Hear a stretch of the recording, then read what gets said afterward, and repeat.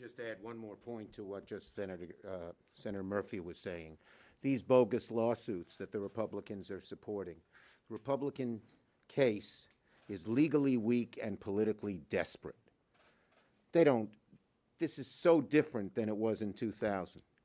And yet they can't come to grips with the fact that President-elect Biden has won the election fair and square.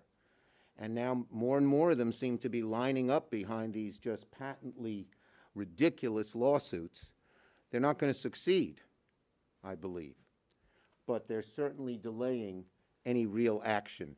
And it is just never ceases to amaze me how afraid just about every Republican senator, close to every Republican senator, is just so afraid of Donald Trump that they're willing to tie themselves in legal pretzels to not offend him.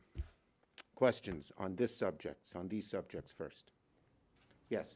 Well, on the transition, we saw today Secretary of State Mike Pompeo say that there will be a smooth transition between Trump's 2 terms. What's your reaction to him? My reaction to that is look at reality. Secretary Pompeo, Joe Biden has won. He's won the election. Now move on. Let's bring this country together and get things done. We have a COVID crisis raging. We don't have time for these kinds of games. Yes. Kind of a transition two-parter. The president fired his defense secretary the other day. How concerned are you that he could continue firing the few Senate-confirmed cabinet officials that are left in the remaining days? And the second part of it is Republican senators have largely said, oh, the president's entitled to the team he wants. Do you anticipate that attitude will continue when it's time to start confirming Joe Biden's cabinet appointees? Well, let's hope, but we have found, for instance, on the deficit, we have found a 180-degree reversal. Deficit doesn't matter when you do tax cuts for the rich. Deficit matters when you're trying to help people who desperately need help in COVID relief. So it wouldn't surprise me if they do a 180-degree reversal. I hope not, for the sake of the country. There are so many messages in this election, but one of them is bring us together, which Joe Biden kept talking about, so we can move the country forward. Let's hope the Republicans start hearing that. They haven't yet, as these bogus lawsuits indicate. And on the other part of that, do you worry about a Chris Wray or a Gina Haspel or some of Yes, the other folks? I worry about the people who have shown some degree of integrity being removed. I definitely worry about that, because that's what Trump does, and he's getting more and more desperate as he realizes the election results. Go ahead, Manu. Last week's election, you worked very hard with the DSCC, Senate Majority PAC, to try to take back the Senate. You guys could very well be in the minority next year. Did you personally miscalculate in the amount of effort and time you spent in red states like South Carolina, in Montana, where your candidates lost competitively? We spent time in every state. And first, this group, we are happy. We've won the most important election that we faced. We always said the #1 election is of the president, and we won. And when it comes to the Senate, it's not over at all. Georgia is close. People forget something. There's this conventional wisdom that Democrats don't win runoffs in Georgia. That's not true. There were 2 runoffs in 2018, not much Democratic money or effort behind them, and each was within 4%. So we are working very hard to win Georgia, and we believe that we have a very good chance of winning.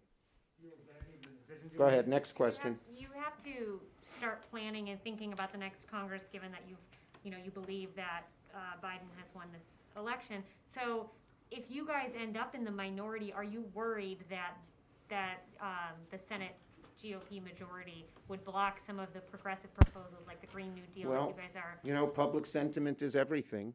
And I can't talk about a specific provision you mentioned, but they're going to want to see action. They're going to want to see our country move forward in helping people with the problems they face. COVID first, but many others as well. Do you expect to see a lot of Democratic senators going to a Biden cabinet? He has not consulted me on that issue. On the ACA, it's no surprise that Democrats are not a fan of Trump's appointees to the Supreme Court. If the Supreme Court does end up upholding the law, would that change your opinion? No, I don't trust this court at all. And as one of my colleagues said, they're going to keep trying. They're so passionate against the ACA, that they will keep at it, and I have very little faith in this court in terms of upholding the ACA. Last one. Yes, sir. Vice President, or President-elect Biden and Vice President-elect Harris are both Senate veterans. How is that going to make a difference next year? I didn't hear the second person you mentioned, but Biden and Harris. Harris. Yeah, it's going to make a great difference. They know how to work with us. We know them. We're comfortable with them. I've been talking to President-elect Biden regularly on a whole gamut of issues, and I think the Democrats in the Senate will have a very close relationship. And of course, we're all so proud of Kamala Harris, and she again has been in complete touch with us on so many different issues. When Biden was vice president, though, he was able to come up here and work with Senator McConnell, as you recall. Have times changed so much that Well, we'll see. relationship? Joe Biden has said he wants to bring the country together to get some real good things done. We agree with that. Thank you, everybody.